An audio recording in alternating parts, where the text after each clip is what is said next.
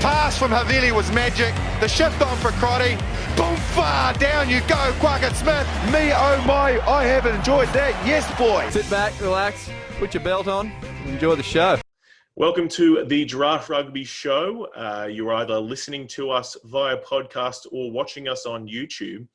Do us a big favour and check us out or get subscribed on both of those if you haven't already. I'm your host, Cargie, and I'm joined tonight by my co-hosts, Harry and Nelson. Lads, how are we this evening? Always good, mates. Talking about footy. I mean, it did take us an extra couple of days to record a podcast after that shellacking last week, but otherwise good. Was there a game last week? I didn't realise there was a game. Yeah, shit. No, look, I'm doing pretty well, surprisingly, seeing as we just touched on last week. But you'll see that there's not as much depth in the review this week, and that's probably why I'm happy. Cargie's in that first stage of grieving denial. Yep. That's true. We don't review the big losses. We just move on. It's a forward only. Onwards and upwards. Well, tonight we are going to be joined by a very special guest to help us preview Bledisloe 4 and just generally talk Aussie rugby and the Wallabies. Harry, how are we going with... He's ready to go, mate, whenever you are. Well, let's bring it in. With no further ado, let's not keep the listeners waiting. Ned Hannigan.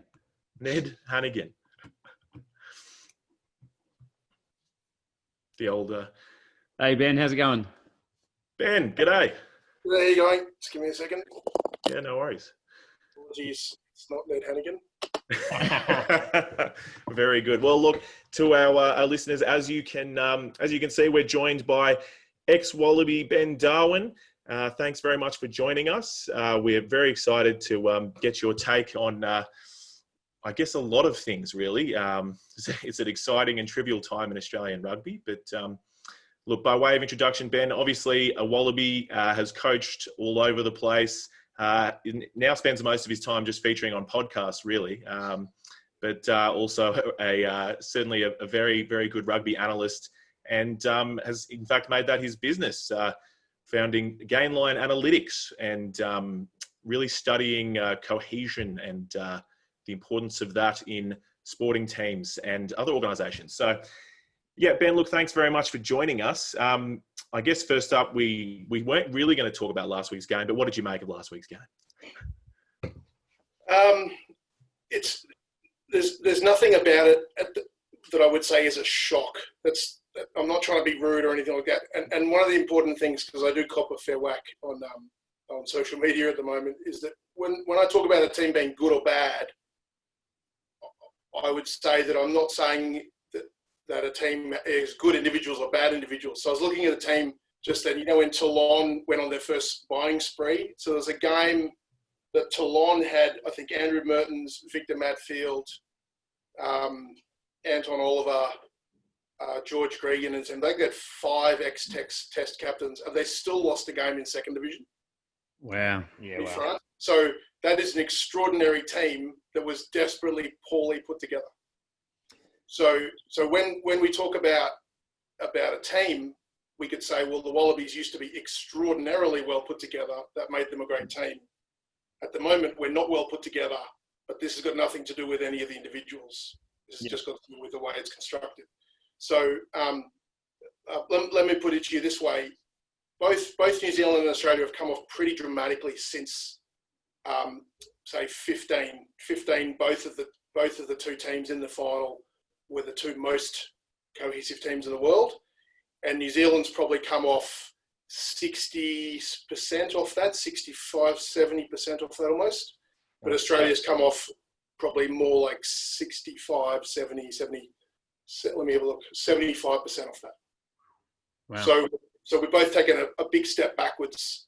And that's a whole bunch of things. That's guys going overseas, that's Colpack, that's guys retiring, reloading after World Cups. But we've taken a huge step back since 15, and then again, even off 19, we're probably down 35, 40%. So the scores at the moment are where they should be, and the best way to describe it is New Zealand put a team on in Perth last year that was not a great team, and we put a fair whack of points on them. Yeah. The New Zealand team now is about the same quality as that team, and is now slowly progressing up from that point. And we are, as of the first 3 games, we are not progressing. We're actually making enough changes so we're not going forward. Yeah, I think, first of all, I mean, you've raised a lot of questions. You jumped straight into it, which I really like. But look, one question for us, I mean, you're talking about cohesion, and that's a massive part of this. What factors do you include when you're talking about the cohesion of these teams?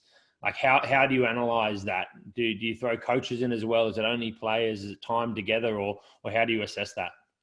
So there's all these different components. So one of them is like one of the things that's actually come up in this series is the fact that Australia and New Zealand both stopped playing at the back of Super Rugby much later. Yep. So New Zealand, stopped about 2 months out. We stopped about a month out. So that is one component of it. Another component is going to be time together, yep. And whether that's in a club or in a particular for your country. Another is, when we talk about coaching, is systems. So whenever a coach comes in, they generally will come out with a new system. Yep. Either a defensive structure, a way of playing, and so that takes adaptation. Particularly I see it a lot in rugby league. A coach will come into a team, and interestingly, the more experienced a coach is, the worse they tend to do, because they tend to change too much. Whereas someone comes in that's very experienced, or so inexperienced, they're like, I don't know. So they just kind of leave it a bit, and teams tend to flow on. Right. An interesting thing we found in the AFL, the later you bring a coach in, the better the team does the next year. So just sort of bring them in, I don't know, February. But I don't know if Dave's frozen, or is he just very... Look, it's probably, to be fair, it's probably good for all of us. Yeah, okay, yeah. Yeah, I think that the interesting thing about, like, the last point you made there, like bringing them in last minute as a coach, I wonder if you've looked at the figures. And I mean, us in, was it 2015 when we brought Checker in, literally it felt like last minute into that World Cup. You didn't have a number of years to build into it. Do you think that played a little bit of that role as well? I think the thing that was the biggest advantage we had in 15, and God bless, let's not say it too much, but his bias towards the Tars was a massive advantage for us. Yeah. So one of the things that we've always had is we've tended to have some form of bias in the Wallabies. Yep. Whether you treat that thing as a good or a bad bias. Harry's back. Sorry, David. So when we were playing in 99 and 2000, about 75% of our cohesion, as we might call it, was actually coming out of club. It wasn't coming internally at the Wallabies. Yep. Right. Now it's about 20%. So almost all of it is now coming inside the Wallabies. And so for like England's always been the same way. England have to play together as England for an extended period of time, because they can't pick all Wasps or Saracens because there's too many foreigners. They just don't have that set up in their club system. So my apologies. What was your question? But so is it about system change or bringing in people late? So yes, my apologies. I think with Checker is not a guy who makes massive loads of technical change. He's more about kind of inspiring people and getting them onto it. Yeah. But what you could see last year is that if you look through the lineups from in 18, you could kind of see where he wanted to go. Yeah. But then as soon as 19 hit and we had a selection panel, yeah, it was like they were horse trading for who was going to be in the starting team. Okay? Yeah.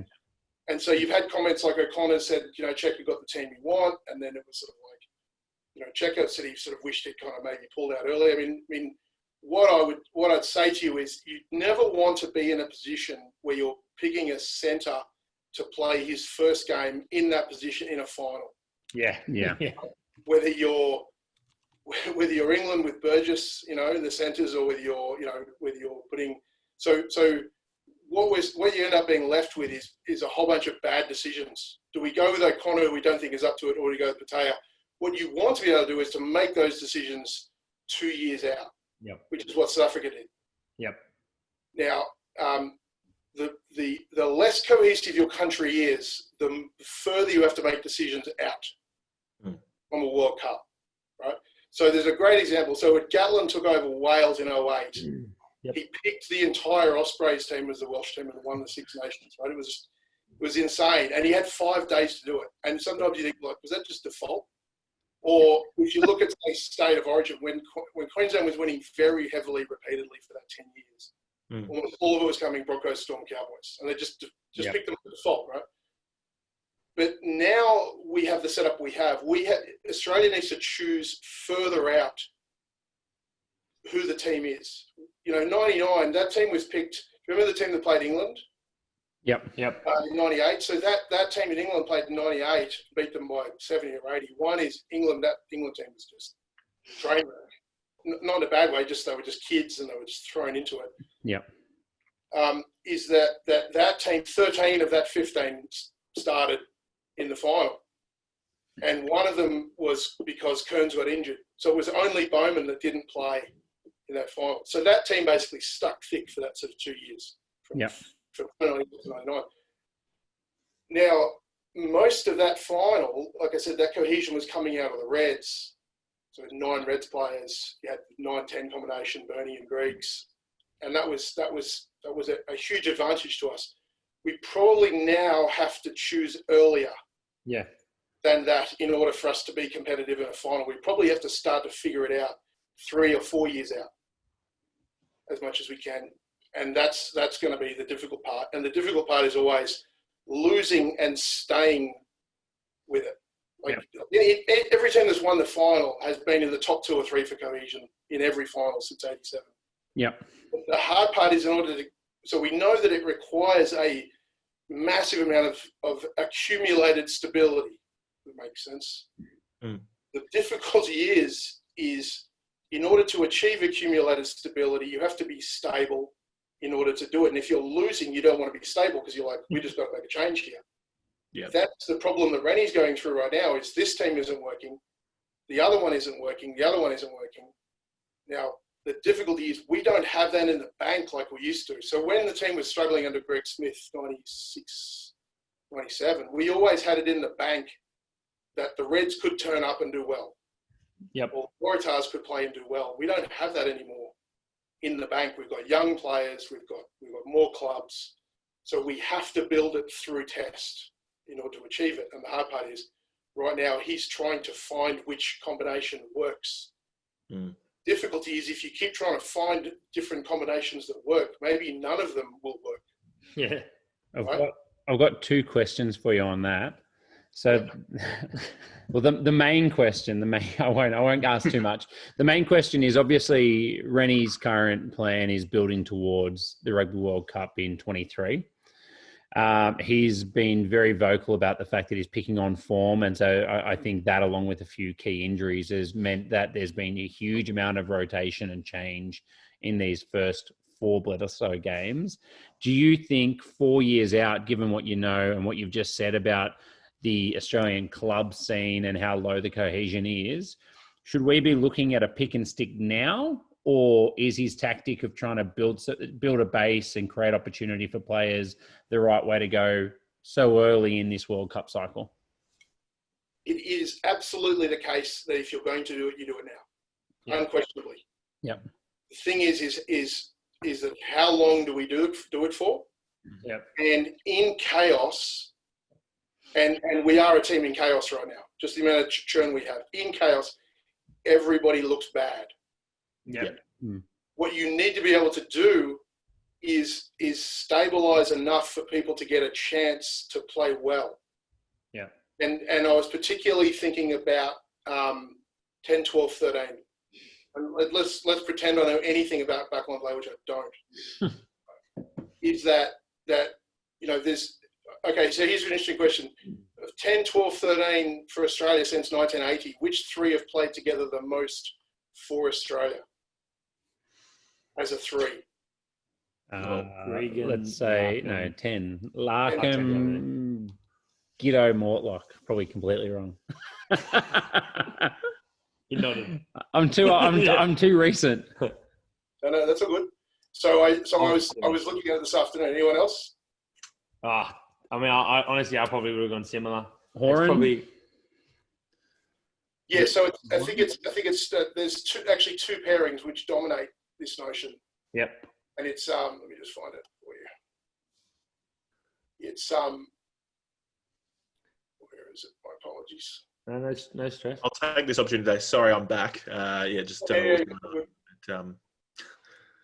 It was actually quite peaceful without you, Cargie. So I'm sure you enjoyed it, but I'm here to ruin things, so don't worry. So here we go. Mm. It's Larkham, Liner, Little, Horan.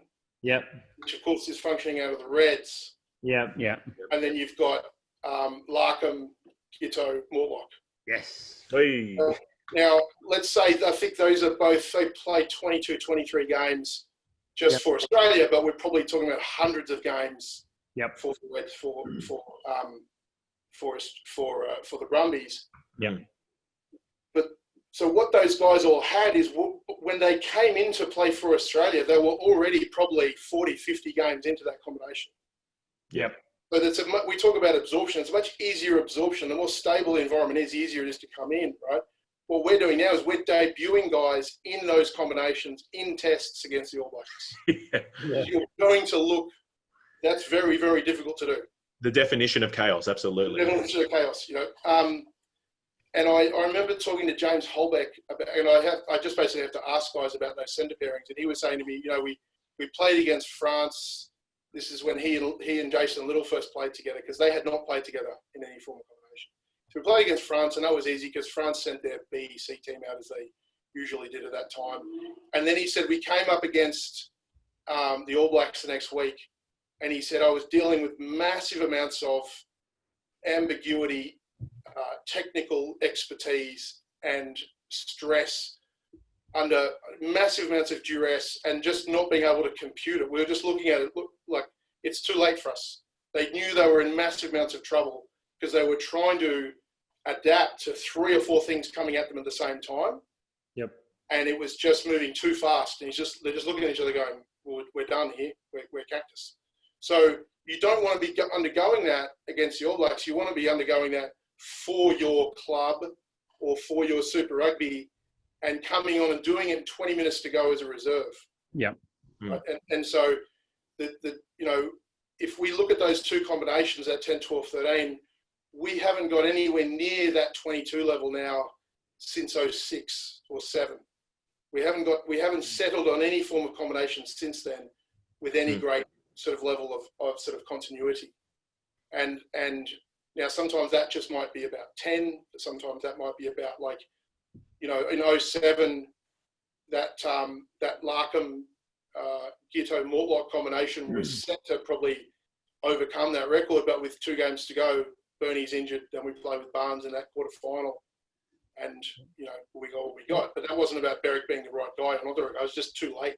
Yeah. On a question on that, I don't know if it's probably too specific of a question, but in terms of Dave Rennie, have you looked at, is he a guy to sort of pick and stick over time in terms of what he's done at the Chiefs and what he's done since then? Or do you know if it's a typical thing for him to do, or does he like to create changes? And I suppose it's probably a tricky question, but I think what I'm saying is what you do normally get when people switch from coaching in programs for franchises to tests. Yep. So within a franchise, you basically have a limitation on who you can choose. So he would have gotten to the Chiefs or gotten to Glasgow and said, right, this is what I've got. I've got to work within this to find the best I have. Yep. With tests, there's always people coming in. Yep. There's always people that are going to be available to pick. And so you're always in a way searching for that answer. And you can bring people in to train, you can bring an answer in. And the difficulty with that is you can actually end up just keep searching and searching and searching and hoping. I remember when Henry Spate was going to be the answer. Like, get him qualified as soon as we can, let's get him in, then everything's going to be okay. And it wasn't the answer for a whole bunch of different reasons. Yeah. So I think that we shouldn't, there is no kid coming to fix the problem. There is no superstar. There is no individual. And except Fraser McGrath. Except Fraser, yeah, of course. So the thing is, obviously, we need to try to build our way out, right? And you can make changes, but it's basically the rate of change. At the moment, we are within the context of the game so far. We are changing so much that we're not increasing the level of cohesion of the team. Now, New Zealand are, and they are going up, and therefore they're getting better, and they will continue to get better off being quite a bit behind us with that gap in terms of the games. But we're both down quite a bit, and it's where we progress from here. That's the biggest sort of question. And what can Rennie bear? I mean, in this scenario, you know, I've been looking at this now for 8 years.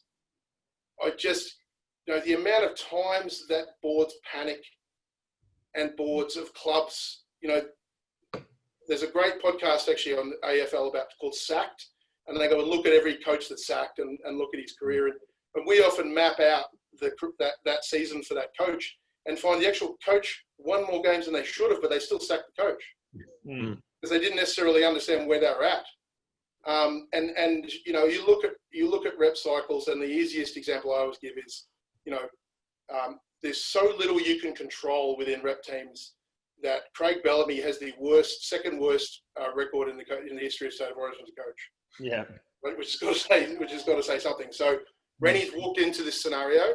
He's now trying to find the team that he thinks is right. He knows rugby better than the four of us. Yep. Knows the game better than that. So we need to have faith in the fact that he's going to try to find what he wants. Yep. And, you know, he's putting Hodge at 10. That's an interesting idea. I didn't know that was something we would do. Let's see what happens. But the difficulty is what we need to expect is that it should be probably very, very difficult for that to be a successful combination. Yeah. Right? Very, very difficult. I think what you'd hope, you know, Rennie came in, he signed a 4-year contract. Am I still here or am I cut out? Nope, you got me? Amazing. Yep. I was going to say, Rennie signed a 4-year contract, and just how important that would have been to him. We saw Michael Checker when he first started with the Wallabies get, you know, off the back of a lot of success. The Waratahs winning, the Wallabies, everyone very quick to forget, made the final, and it was very close at the start of the second half in the 2015 World Cup. And after that, he had to fight really hard to sign a contract up until the end of the next World Cup. I think he almost walked away from the job because they only wanted to give him a 2-year contract. So I think Rennie's kind of gone into this thinking, look, I've bought myself a year, perhaps a year and a half, and I'm just ready to expect the worst from the Australian public, the media and everything. But I'm working on a 4-year plan, and he just has a very clear goal. I think certainly the Australian sporting landscape, as you say, we've and to want change, basically. I think it'll be really interesting to see how quickly David Rennie is able to, find those combinations, and to start seeing some success. Typically, his trademark has been that he's been very successful very quickly with a lot of teams, with the Chiefs and with Glasgow. But I think it's going to be hard to have that same expectation with a test team, particularly a rebuilding test team. But yeah, I guess, what do you think? What I like from Rennie is just in his press conferences so far, his face, he just looks like he just doesn't care. Like, as in, he's happy for anyone to ask him anything, say anything. He's just going to give a 1 or 2 word answer and move on with himself. Do you think how long do you think he can, he's bought himself? Yeah. I think as a year is 2, he keeps trying things. I think that it depends upon so much of performance is actually based on what everyone else does. You know, most of the, if we look at what's happened in Australian rugby the last 22 years, 25 years, half of it is the improvement in the Celtic teams. Right? They've Ireland, Wales, Scotland have improved dramatically. Therefore, our results, we've come off, we've gone at sort of 6th or 7th. So there's what you come up against. There's also what you have. So that's going to play a role. I mean, one of the things that's worked in our favour is the All Blacks have gotten much worse. Right? Because if we played, I think if we played the team that played us in 15 in those games this year, that would have been. Think about Carter, Nonu, Smith. Us there, that would be a genuine concern. I think that I'd never underestimate how fickle people can be and how much they can change their mind. I mean, I've seen, from when Greg Smith started, there was articles about him being a genius and him taking Rugby Australian forward. Rod, Eddie, Knuckles, everyone gets this kind of like this honeymoon period where they're regarded as a genius, and we see them in a certain light. Yeah. And then results start to come in, and then we start to see them in a different light, and then there's doubt. And then all of a sudden we blame them for everything. We blame them for COVID. We blame them for syphilis. The whole thing starts to fall over. And then they start to see, and then what starts to happen is everything that has gone wrong during that tenure will get raised. So, when Mackenzie was fired, everything that went wrong, privately got brought up between the players. When Deans was fired, it was like, well, he doesn't understand Australian culture, which is funny because he's gone to Japan and won everything. So we have really, really short memories. And if New Zealand rack up 80 on us this weekend, how are we going to start feeling? You look at the way that the social media now functions and the response of people to those type of scores. The one thing I'd say is that what we find with coaches is most of them are performing where they should be. Yep. Wallabies haven't really underperformed at any stretch, except for a couple of games at the back end of Ewan Mackenzie's period, and a couple of games actually at the back end of Eddie Jones's period.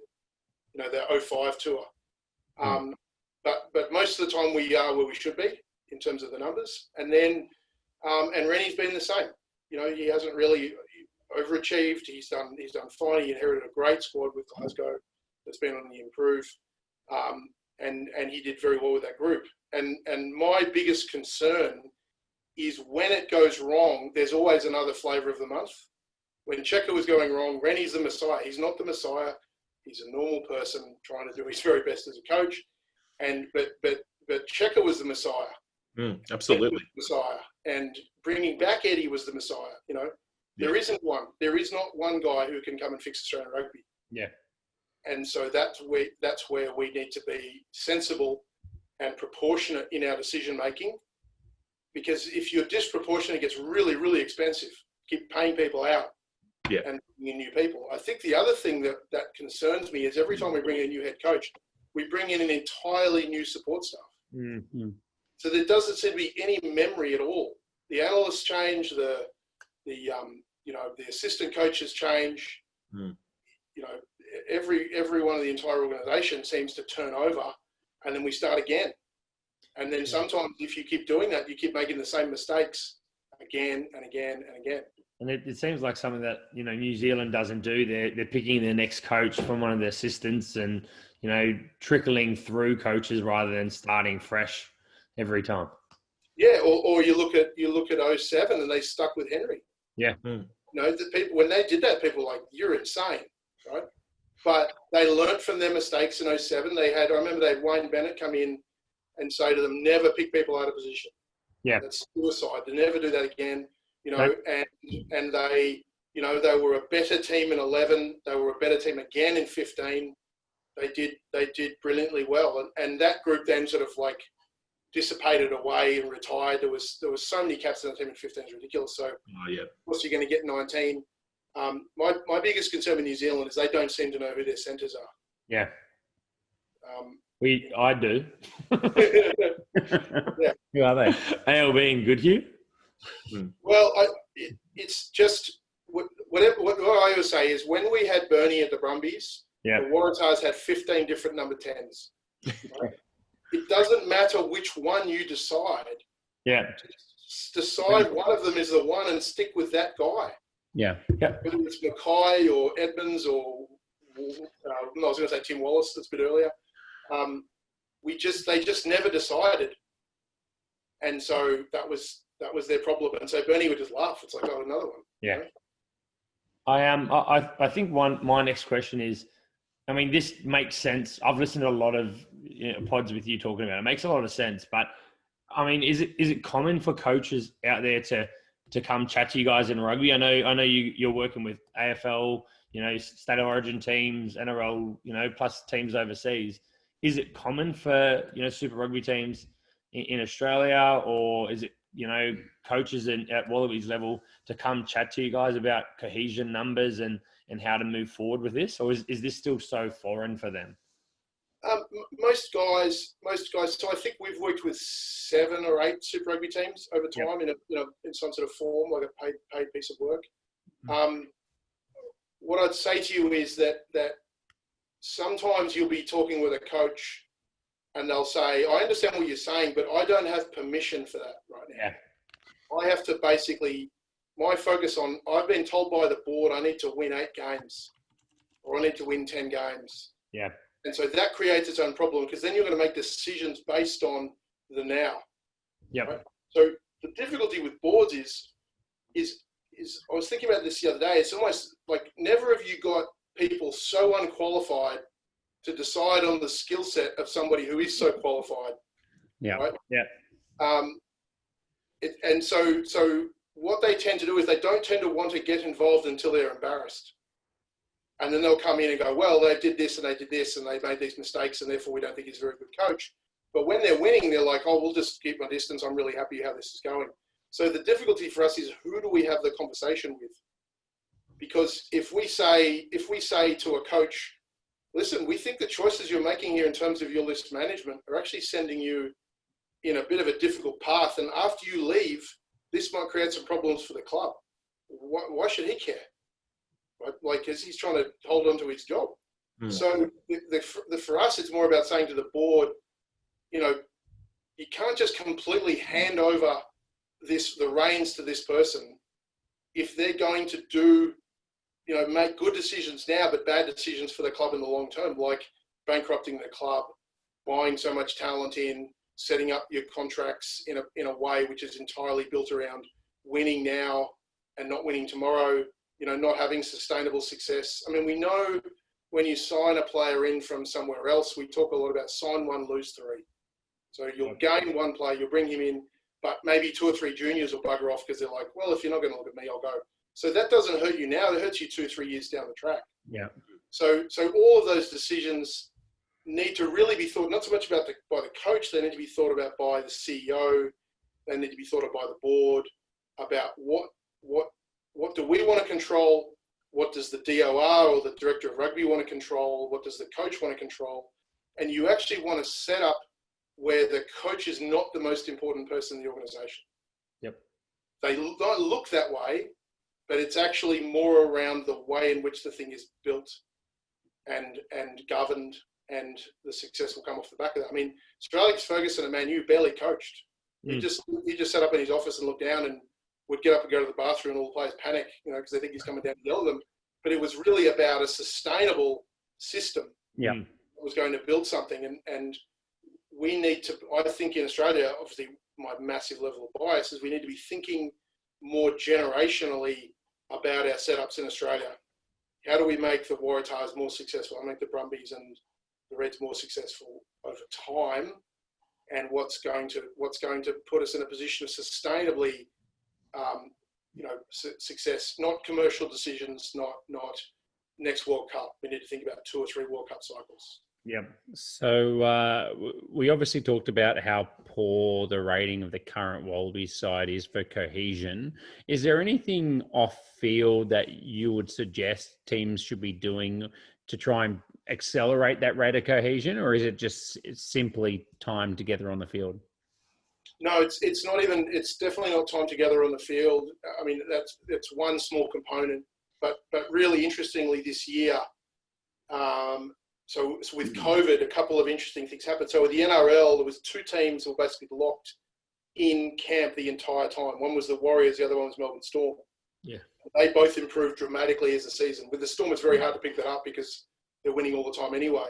Yeah. And Victorian teams who both played in the grand final were the same thing in the AFL.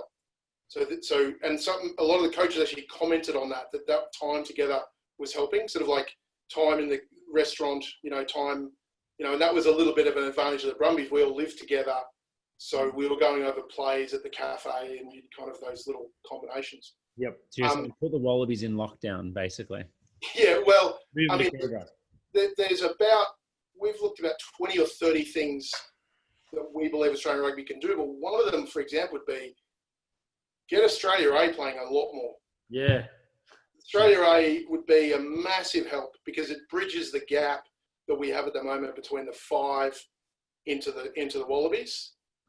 And getting that, I mean, I know it's incredibly expensive process, but getting that team playing, and that's been a huge advantage. New Zealand Maori, New Zealand A has been playing a lot in the last 20 years.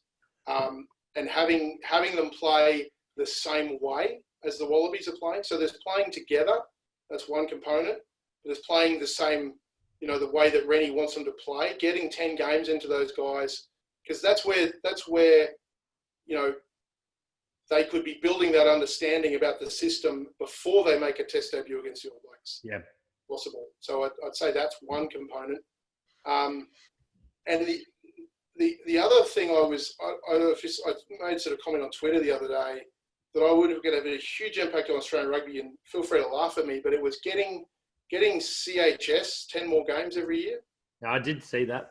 Because basically I played at CAS. Yeah. And we would all lose every game to GPS, and then almost beat GPS as CAS because we were dominated by a couple of schools. Yeah. Then you play CHS who were 50 or 100 schools thrown together, and then they would be annihilated, and then those kids would give up playing or not go any further. If you could just get, say, 4 or 5 of those guys interested enough in rugby to then go and play for New South Wales schools. Yeah.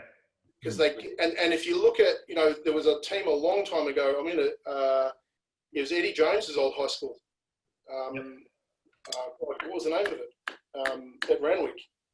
And they had Lloyd Walker, they had Eddie Jones, they had the Yellow brothers. Just absolutely going to kill me. So a little bit of a prodigy. Yeah. But they together then beat Joey's. They then went on to New South Wales schools. Yep. Right, it starts with an M, and I should remember. Matraville. So that was a freak set of occurrences. Brothers is the greatest type of cohesion you can ever have. That always helps. Yeah. So if you could replicate not Matraville, but at least getting CHS more time together, I think that would really help get more high school guys through that process. Whereas I think they would find it quite disheartening making New South Wales CHS coming out and then just. It's so hard defensively when you're thrown together like they are. Together a good side. You've raised a really strange question I've never thought about, but there's so much talk about, getting rugby to a broader base, into more schools, things like that. Is it actually better to just have it in private schools? You've got less people playing it. Those less people then will trickle into the Super Rugby teams and then trickle into the Wallabies. If you start to create a bigger base, does that mean you've got less likely to have that cohesion because you've got a broader base, or is it not? Does it not work out by the time they make Super Rugby? It's negligible what school they went together.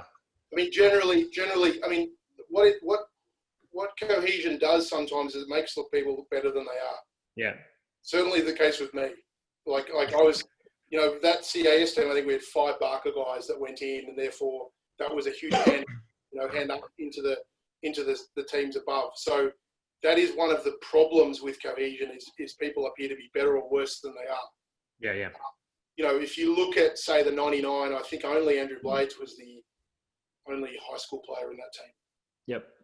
We've had success generally through the 80s and the 90s off the back of large private school groupings. Yeah. But it's not so much together. It's more as though a small amount of clubs into Queensland. The thing that affected Australian rugby the most was the Reds started playing a lot of games in the mid-70s. Yep. Like basically from 1880 to 1970, the Reds and the Waratahs played 4 games a year, except in the 1920s when Queensland rugby collapsed. Yep. And then so New South Wales played as Australia, and they toured New Zealand like 2 or 3 times in that decade, played like 30, 40 games. And then we started beating the All Blacks. We went from 11% winning record to 35%. Right. So collapse one rugby union and you think we do worse. We actually did much better. And it wasn't like the Reds guys came down. So we basically went 11%, the 20s went up to 30%, back down to 11% up until the 70s. And then so basically we were not coming from 30 clubs anymore in the 70s. We were coming from New South Wales, Queensland. And a good way to describe this is that, Sterling Morlock asked me the other day, is this the first time a 10-12's ever debuted together? And it wasn't. That first time that ever happened was knocked Hapworth against Fiji in 85. Yeah. Right? But 6 of that backline were New South Wales players. So they weren't really debuting for Australia. They were just playing as the New South Wales Waratahs backline with yellow jerseys on. Yeah. So that's a very different scenario. That's why it was so much easier back then to debut than it is now. I think that's a great idea. I think we should shut down all the Super Rugby clubs and just have the New South Wales Waratahs. I think that's you heard it here first, everyone. No, I think you're bang on. If you speak to a lot of Super Rugby players, some of their fondest rugby memories and some of the most passion they've had has been their high school first 15, because it is just that 6 years. Generally, it's guys you've gone to school with for 6 to 12 years. And, some of your closest friendships are formed at that time. It's that kind of next level of cohesion, I think. But I guess a good question leading on from that, jokes aside about just having the Waratahs, have we done much better since the Force have left? And should we go down one more side? Should we get rid of the Rebels? I know you coach the Rebels, but I guess the Force. And that's right, and the Force, of course, yeah. Controversial, but yeah. Fundamentally, it's whether it can happen, and the way in which the Constitution of Australia Rugby is now built is it can't happen. Since I think post 2011, the way the voting system is basically built is just that it will not take place to remove teams by their own decision making, unless something it becomes absolutely financial. Yeah. And the difficulty that I find with the Constitution is that no one in Rugby Australia votes for Australian rugby. Yeah. All the voting is based on either RUPA, which has its own needs, and then each individual state. So that is and I remember discussing with somebody at the Brumbies about, the number of teams, and his immediate response was, "Don't ever mention that to those bastards in New South Wales and Queensland, because they'll be all over us like a rash." And so all of a sudden it just reverted to that sort of parochialism. Yeah. And I always say it's like saying to people, you've got too many kids. Could you get rid of 2 of them? Right? Yeah. So we have the situation we have. I mean, from a cohesion perspective, yes. When Wales did it, when Ireland did it, when Scotland have done it, they've gotten better. Mm. When Argentina did it, the problem is they didn't bring everybody back. Yeah. So what they did is they took a test team, they cut it in half. The European guys stayed in Europe, and they went back. And so half the team went back to the Jaguares. But each year the Jaguares existed. Better. Argentina got a little bit better, and the Jaguares got a little bit better. So they went 9th, 7th, 5th, 2nd. And then Argentina got about 2 or 3% better every year.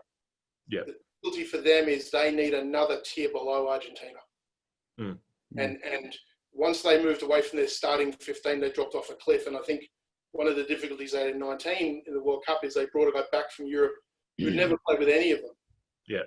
That's where you need, I think, a second team is definitely preferable. And then we talk a lot about singularity. So where the Waratahs have always struggled comparative to the Brumbies and the Crusaders is a team playing under them together. So the Brumbies had the Kookaburras. That was our advantage at the start. The Crusaders have Canterbury, and then Lincoln University, and then Christchurch Boys High School. Like, it's just course, right? And then you remember the Bulls when they've got themselves together. So I think I've quoted this before on one of the podcasts, but it's like 27% of all games are played by teams built that way, but 78% of the titles are built by teams built that way. I mean, the Reds didn't have it, but Crusaders, the Bulls, the Hurricanes when they won it, where they all were built in a certain way, which was basically this kind of this construction where people come up and through. Can you talk to the flip side of that argument, which is England's success with their club system and how many clubs they have, and yet they've been, relatively speaking, very successful. And 2003. There's a while ago. So if you look at 03, the best way to talk about that is, in order for England to win, they need to build across about 8 years. Yep. Right. If you look at the way, so the England team that took the field in the final against Australia had the same amount of cohesion as Australia did, but about 80% of theirs was playing for England. So they had to be literally on their last legs as 45-year-olds together in order for them to do well, right? Yeah. Whereas Australia, we were getting it out of the Brumbies, we got it out of the Reds, so you could automatically put it together like that. So England, and if you're talking about a player pool, if we went by player pools, England and France would never lose. Yeah. When you don't have cohesion, and that was basically the Six Nations in the 90s, England and France just won it ad nauseum. Bang, bang, bang, bang, bang. Now, what has happened since is the Pro 14 built itself similar to Super Rugby, 3 or 4 clubs per country, and that's made them competitive. If you went by player numbers and how they did, say, in the under, if you want to look at if a country's good at a sport, look at the under 20s and the women's, because those two don't really include enough cohesion. And England dominate in the women's, they dominate in the under 20s, same as New Zealand do, and that's simply by player numbers. If you look at football, for example, it's Brazil, Spain, Germany, whereas like Wales do well in international football. That does not make any sense. Or Iceland doing well. The thing that gives them a shot off a tiny player base is cohesion. So we say skill times cohesion equals capacity. England have got, one of the numbers quoted is 1.5 million players. I don't think it's that many, but let's say they've got 800,000. We might have, conservatively, without double or triple counting, as we've tended to do, 70,000, something like that. I don't know. What used to be our advantage is we were 200% more cohesive than everybody else, which we're no longer. So if you have the same amount of players pooled and you have more cohesion, you'll be more successful. If you have less players and you're as cohesive as everyone else, you'll be annihilated. You lose. What you want is some form of advantage. For us to build up a bigger player base in our environment would cost massive amounts of money up against the AFL, who have literally billions of dollars to throw at the problem. Yep. And the NRL that has billions of dollars of poker machine money to throw at the problem. So we can't try to grow our way out of it. We have to find another way to do it to make ourselves competitive. So what I'd say to you, the answer to your question is England do well, but comparative to their player pool, they do struggle. But where they do very well, you'll notice, is that they do well in World Cups. When they get time together, they usually don't. Yeah. So they make finals. They made a lot of finals. Whereas the Irish, which are very cohesive, 2 years out, they're number one in the world. They kind of struggle in World Cups because everyone catches up to them. Yeah. So England, 2 years after the World Cup, were 50% down on where they were in the final. Whereas Ireland, 2 years out, were pretty much exactly the same as they were in the World Cup. They're just sitting up here all the time. Whereas England, England, what you would want with England coming into World Cups is chaos and injuries, which is exactly what happened in 2015. Yeah. Sort of bringing it back to the Bledisloe, if we're looking at Game 4, are there enough changes in the All Blacks for us to stand a chance? Because they've made a lot of changes. You couldn't get through that question without laughing, Nelson. So they haven't made as many as we have, and they but there's a very big difference between strength of understanding and a catastrophic lack of understanding. Yeah. What you want is some kind of injury or change that creates a catastrophic lack of understanding in the wrong place. Yeah. Okay? So it happens I apologise to bring rugby league into it. It happens for Queensland in like 2015 State of Origin, they lost Cooper Cronk, and so they brought in Sherry Evans, who'd never played with any of their spine. That was perfect. That was enough to derail them, right? So when we lost to Moore in that first test or second test? Second, yeah. That was 12 is killer position for that. Oh, yeah. I'd like to say it's 3. It's not 3, it's 12, right? So losing at 12. So what you want, I mean, you look at the New Zealand team in that game against Ireland in Chicago. Yep. They had two things. One, they had Kano at 5, which is a player desperately out of position. Yeah. His Tuipulotu, I think, was having a kid. All of them just fell over in this lovely set of coincidences. And you had a dramatic lack of understanding of the centre pairing. You want that as well. So two things go wrong. So if that goes wrong in terms of injuries or changes, that could be enough for us if it's in the wrong spot. And you need it to be somewhere very central. Okay, somewhere they defend a lot. Because what you want is massive levels of ambiguity, and preferably. I'm trying to think where we need it. But what you've also got to do is you've also got to have the weaponry to take advantage of it. Yeah. And the difficulty we've got is we've got a 10 who has not run a backline enough. So, you know, when we look at two teams, you say, right, they have a lack of understanding, but this opposition has what it takes to take it away from you. What you tend to have when you have a 9-10 that's never played together is you tend to have difficulty with your timing.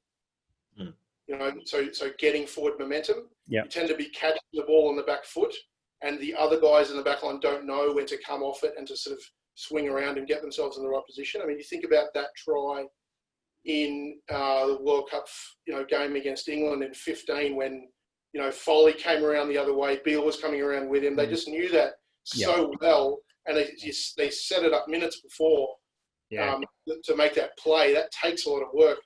And particularly when you become unstructured, when Australia becomes unstructured at the moment, we tend to really lose our way. And when you've got a 10 that's never played 10 before, that's what tends to really, you know, the best team in the world when things are unstructured is the Crusaders, because they all know their role to get things moving again. Yep. And even though they play, like, I remember talking to Robbie Deans, he said, we only run 3 patterns. Yeah. But my God, they're really good at those 3 patterns. Yeah.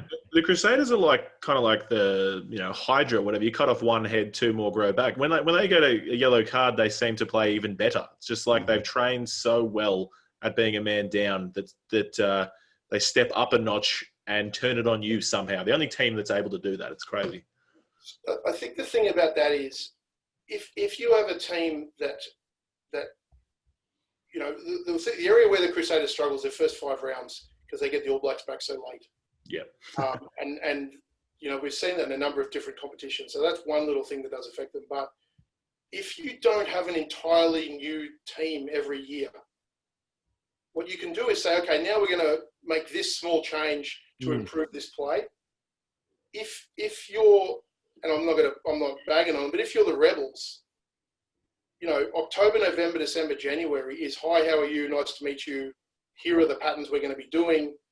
And that's from the coach, because the new coach has come in and changed everything himself, you know. So what the Crusaders are able to do is to build on something, and they get to the level of detail over time. And although it's very, very simple detail, but they get to a high level of intricacy within the context of detail. Whereas clubs that are always moving and changing, it's like they have to start again every year. You know, and I remember the first preseason we had with the Rebels. It was chaos. Same with the Force. You throw a team together, you get chaos. Yeah. It needs to move on from that. Needs to move on from that chaos, and that's the thing with the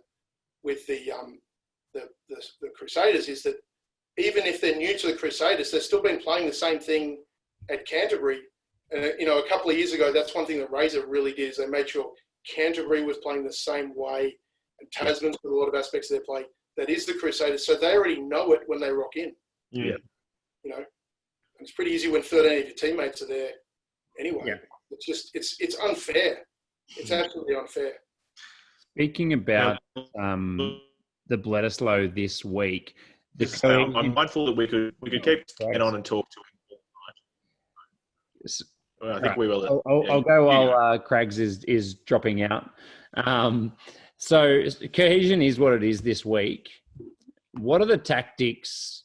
Are there tactics that the Wallabies can try and use to try and, I guess, overcome that deficit a little bit more? It's pretty obvious from their team that they've got a few huge boots in the team. They've got some really straight runners. Nick White's your experienced man in the back line. Like, how do the Wallabies approach a game, tactically speaking, to try and overcome this cohesive deficit? So generally what happens with and sometimes I do get sick of the word cohesion, I've got to say, like, what happens with this type of scenario is the more fatigued you get, the worse it gets. Yeah. So the more you just revert back, because you just completely forget everything you learned that week.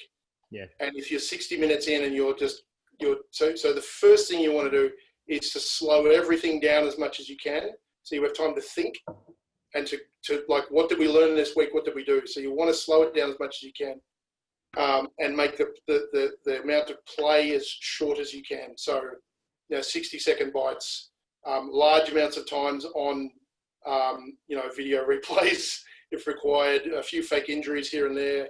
That could be one way to be able to do it.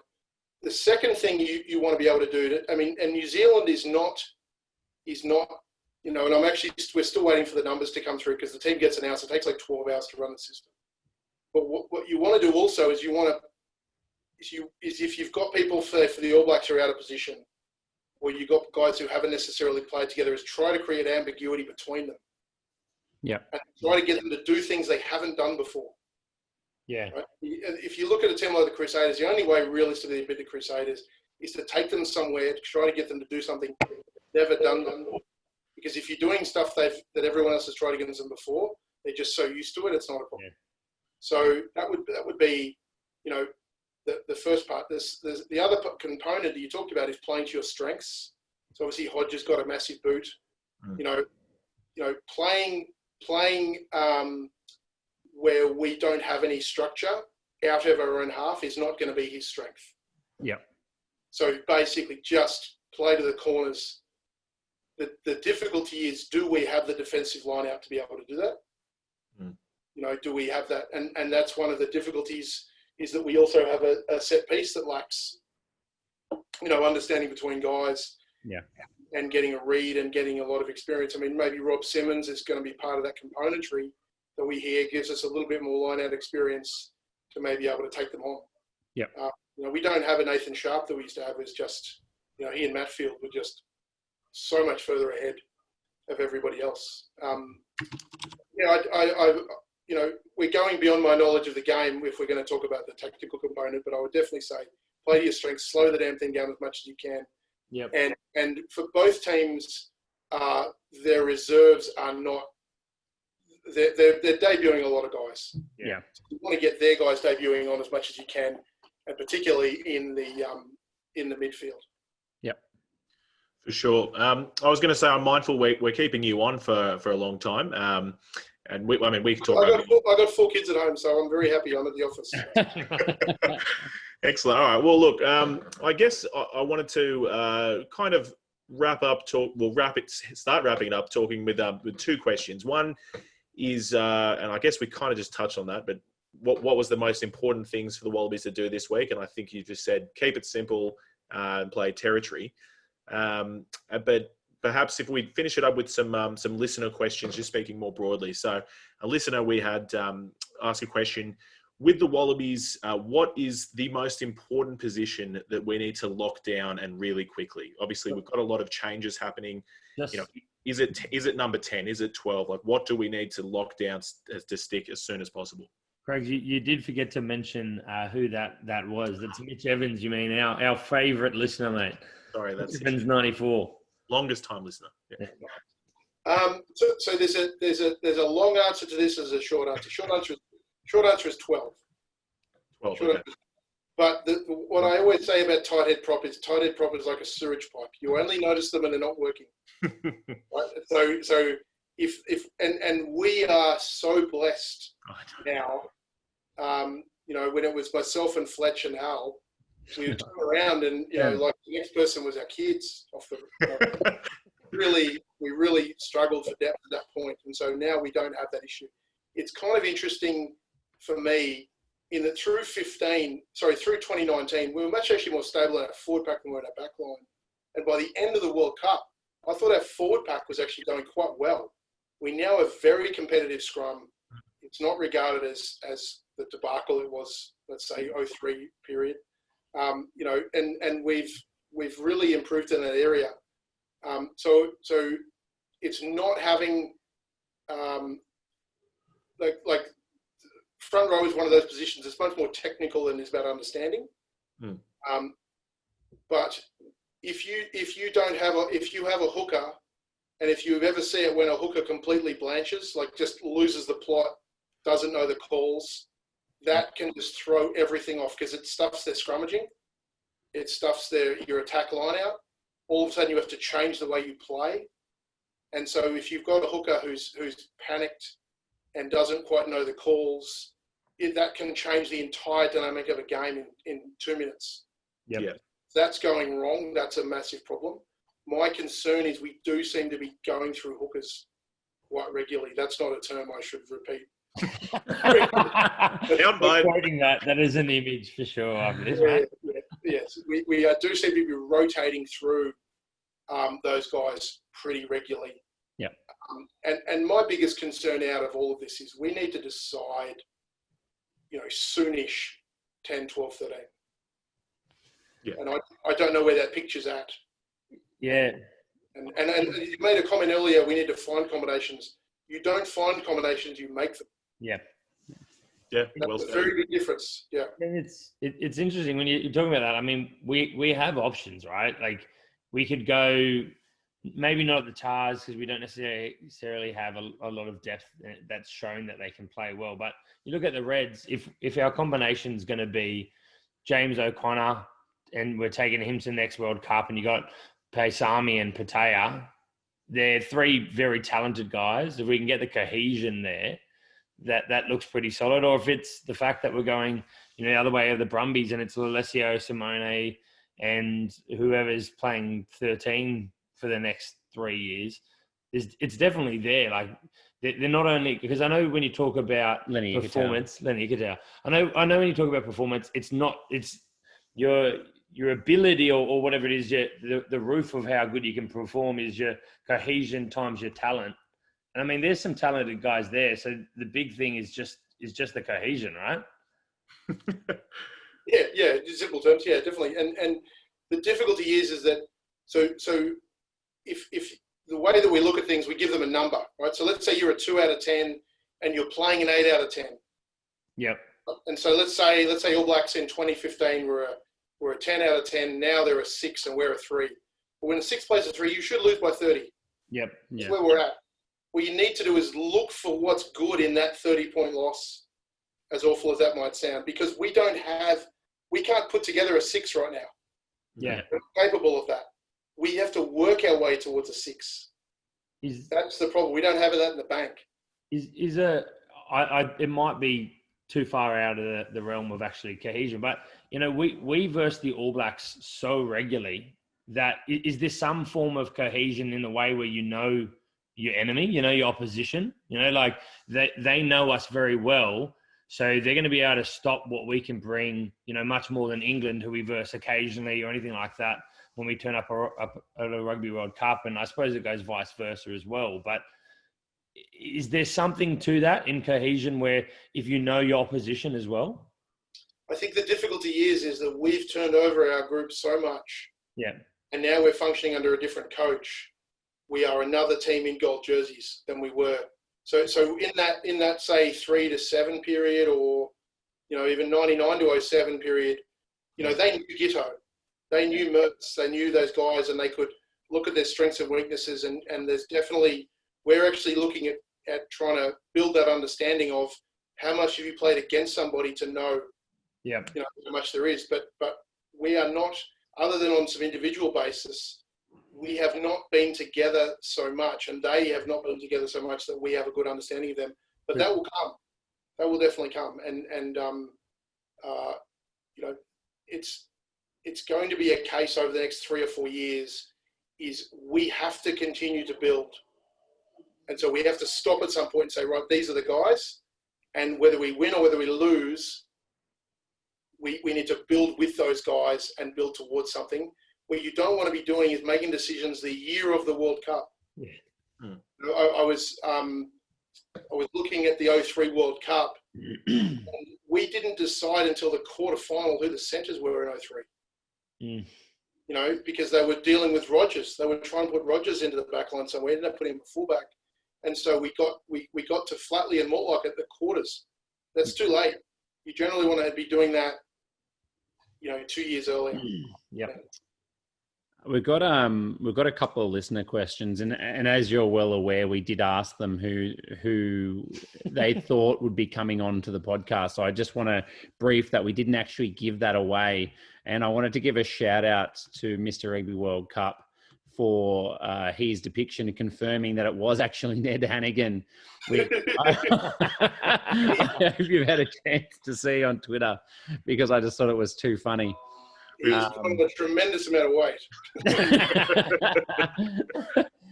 It's look. So this question may have been for Ned Hannigan, but I've got another one from @RugbyFixation, and I'll be interested to hear your thoughts. If Hooper was unavailable, what's the most well-rounded back row we could name, and is it worth giving this a go despite his unmatchable work rate? It is in terms of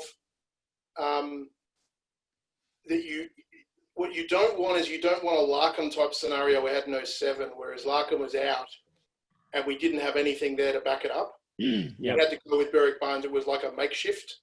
You wanted a system that is actually able to, like the All Blacks did in 2011, have 2, 3, 4 guys that if you have to pull upon them, you can still be able to pull it off and to be successful.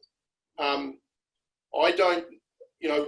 don't realistically have an open side that's able to play with that type of balance. What we've lacked in Australian rugby is as a back row, and this is an area I probably know the least about, but interestingly, we find 7 to be the position that actually requires the least amount of cohesion, because they just basically act independently. They're not part of the defensive line all the time. So if you look at George Smith could, other than seam defence, where he got a bit lost when he came back in the 13 line series, everything else, he's just straight onto the ball brilliantly, because he's basically making all the judgments defensively as this ruck, I go in, I go out, I don't do it. So 7 is really about turnover skill. Yep. Where Pocock and Hooper are really smart is not how many rucks they go into, but how many they don't go into. They're getting better and better, particularly Hooper's getting better at knowing when to go in and when not to. I remember looking at Hodgson when he was at the Force. He was going into 2 or 3 times the rucks that George Pocock was, but getting about the same amount of turnovers. And that was always good for George, because he was just come last on the beep test. You know, so him and Kev, they just weren't the fittest, but they were most effective. Sorry, my point was going to be, what we've lacked in Australia is Fardy. Yeah. Fardy used to make 40 or 50 cleanouts a game and 2 or 3 runs at best and a couple of lineouts. But guys who can do that, Rocky was not a big one on cleanouts. Generally, he was the guy who's more of a carry to be mild. So Fardy basically made up for that, and he was at the ruck with such a high level of frequency. And that's something you don't notice until you're turning the ball over. Yeah.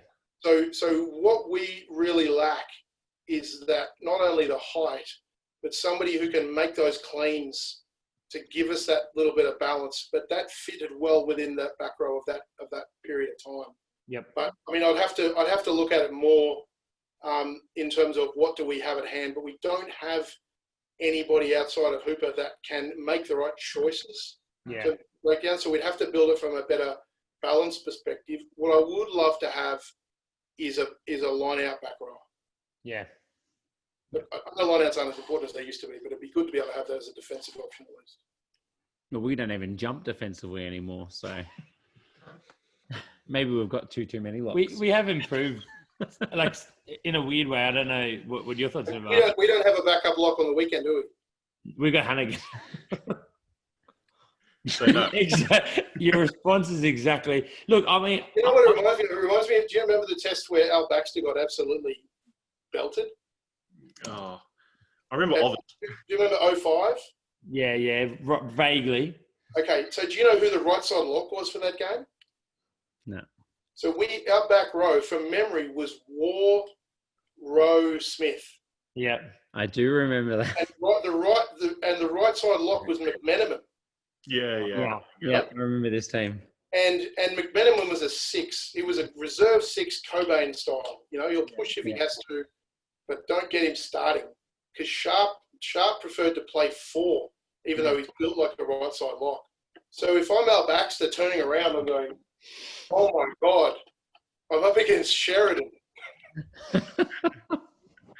like I know he got panned over that, and it was so great to see him a couple of years later come back and they put him on, because he improved so dramatically. But I just felt for him so badly, because if I was turning around, I would have just walked off the field. I'm sorry, I'm done. Yeah, I'm off. Yeah, you don't want to turn around and see Hannigan this week as the guy behind you in lock. He's not an international quality lock, I don't think. And that was the difficulty for England, in that final, was they weren't really carrying starting a right side lock, and then you had who went down in the first 2 minutes. So it ended up with Cole coming on. Yeah. And Cole had at best 30 minutes in him. Yeah. And he's probably starting the game thinking, I'm feeling pretty fresh. Yeah. And they've said, right, you're on. After 2 minutes, you just would have gone. Sinclair? And if you look at the last 2 tries, he and the loosehead were they were the 2 defenders on those wings when the 2 tries went around them. It was Carl Sinclair, wasn't it? Yes. So Sinclair came off after 2 minutes. Yeah. And Cole just would have been thinking, oh my God. And they didn't bring Cruis, I think, on until later. Yeah. And they just were getting absolutely smashed. And there's this nightmare you have when you're a prop, which is when the opposition knocks the ball on. Like generally you're excited. And I had this once against Marius Mostert when I was like 22, 23, and he was like 6'4" and 140 kilos in the cats. James Bolton was the hooker. And every time they would drop the ball, our backline would cheer. Like, yeah, we're going to get a scrum. And I was like, oh, fuck. So, and it's just not there over the top. Like, this is, and then the difficulty is, when you're a young player, like if you're Gitto, you're getting, if Gitto was extremely talented as a young guy, so you could always outplay your opposition, right? Yeah. Because you don't have to be, as a 12, you don't have to be stronger. You can be faster. That's your advantage. When you're 23 and you're up against another prop who's old enough to be your dad, too bad. Strength. What you're basically doing is you're basically starting in the wrestle position. Yeah. Like when I wrestle with my 8-year-old son, like I'm going to win. And that was the problem, is that I'm up against 2 of them. There's nothing I can do, and they just keep bringing me in nice and close and laughing at me. It's horrible in a game knowing you're going to be like Dave Fiddy used to say, props have to be mentally really like just sadomasochistic almost, like they have to be there's a lot of suffering to become a good prop. Yeah. And it's so weird 2 minutes into a game knowing you're going to be destroyed for 78 minutes and there's nothing you can do about it. So that would be the nightmare for Australia. And this is not casting aspersions on Ned Hannigan. Mm. He's a wonderful player, but everyone's suited to different things. Yeah. And I'm sure he's going to do everything he can. This is what I always try to say to my work. It's got nothing to do with whether people are good or bad. He's just not necessarily suited to 80 minutes at lock. Yeah. Yeah. At right side lock. And that would be a difficulty for us. Sure. I think you've certainly confirmed for me. Obviously, it's been great having you on the podcast, but we've got to get more props on. Just to don't get enough credit, really. We only get props as guests, mate. We've got a couple more props lined up. What do you mean, Greg? That's true, but we need to just stick with just getting props on. That's. My wife. So I hadn't seen Dave Fitter. Yeah. So we knew each other since Newcastle, and so I caught up with him here in Melbourne. This is about 10 years ago, We hadn't seen each other in a while. So my wife came into the backyard to find he and I both semi-nude on our knees, scrummaging against each other in the backyard. And she's like, "What are you two doing?" We're a little bit greased up, just like, I just miss it a bit, and it's just nice to go up against Reminiscing. someone. Yeah, reminiscing about the old days.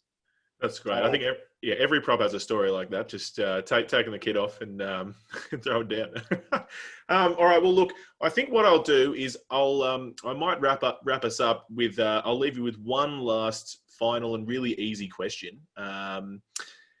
Essentially, if you were the CEO of the ARU of Australian Rugby, what would be the most important things that you would implement in terms of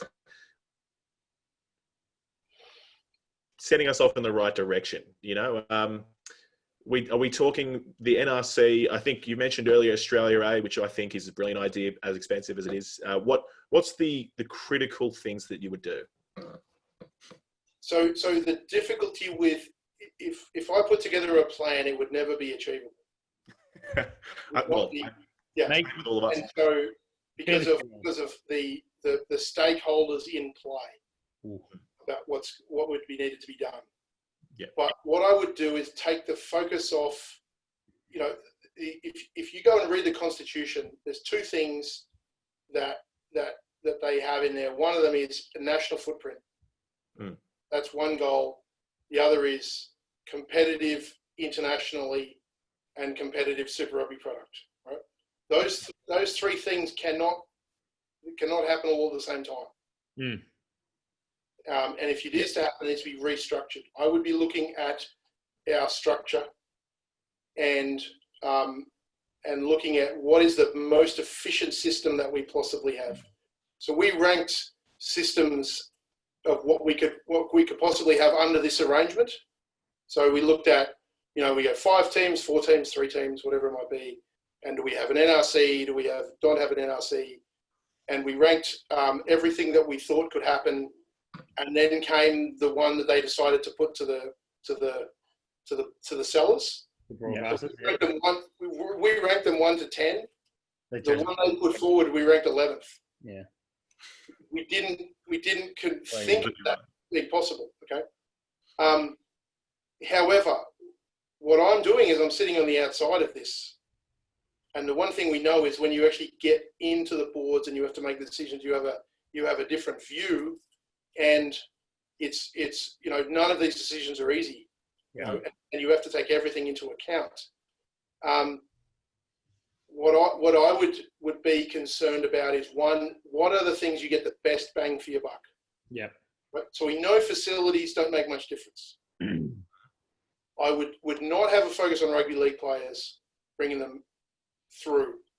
Right? Yeah. I'd be focusing on getting the guys who do want to play for Australia, because the biggest thing we find is that there's the difference in skill is nowhere near as big as the difference that you can have in cohesion.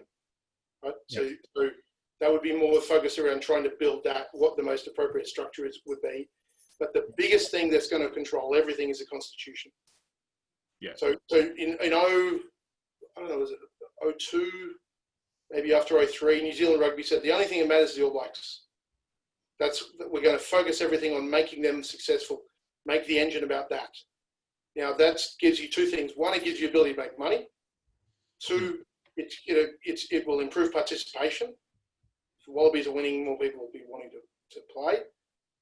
We shouldn't be focused as much on getting people worried about making a spectacular product, because people are not as obsessed about the product as they should be. They want to actually feel something for the teams. Yeah. And if you're constantly chopping and changing the coach and the players, you never feel anything.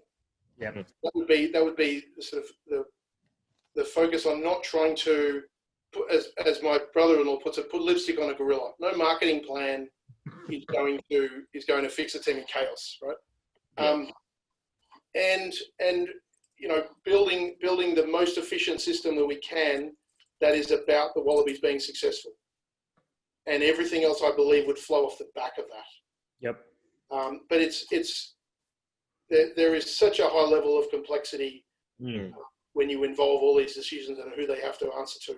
I consider I don't have to answer to anybody. I can just make all the judgments and say that I'm the answer, but I'm not the answer. But I think we need to prioritise where our money's spent and what is going to be effective. And you know, I think there's a lot of people in Australian rugby over the last 15 years that have been left to carry the can. Yeah. CEOs and coaches. I mean, every coach we've had since Rod has gotten worse results than the bloke before him. Yeah. It's not a coaching issue, it's a structural issue. Because they're not, you know, I know that some of those guys are better coaches and some of those guys are worse coaches, but it should not go over a 25-year period. Yeah, absolutely. For sure. I've given you a complete non-answer there. I apologise. Yeah, I think you bang on. It's a tough question to answer, isn't it? I think. Greg, you said it was going to be an easy question. I think we've touched on a lot of. Well, that's how you always frame the tough ones as an easy question. That's how you do it. But thank you so much for joining us, Ben. It has been an absolute pleasure.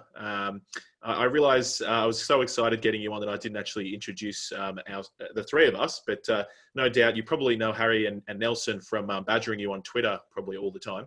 And I'm Cargie. But look, thank you very much for joining us on this episode of the Draft Rugby Show. I think there's a lot of interesting insights, and yeah, we'd love to have you on again in the future, and hopefully we'll all be very excited after the big win this weekend. I've got one more request. Just New Zealanders' bad advice. Say you need to chop and change lots. Go on a podcast over there. Tell whoever you can. Yeah, if they got rid of Super Rugby and just played their ITM Cup all year round, that'd be fantastic. Yeah, brilliant. That'd be good. That'd be great. Add more teams in as well. There There needs needs to be more two Super Rugby versions. teams. Yeah. I was going to say 2 versions of the game line report. The one for the Australian customers and the one for the Kiwi customers. That's what No, look, thank you very much, Ben. It's been an absolute pleasure. Thanks, mate. Thank you. Bye-bye.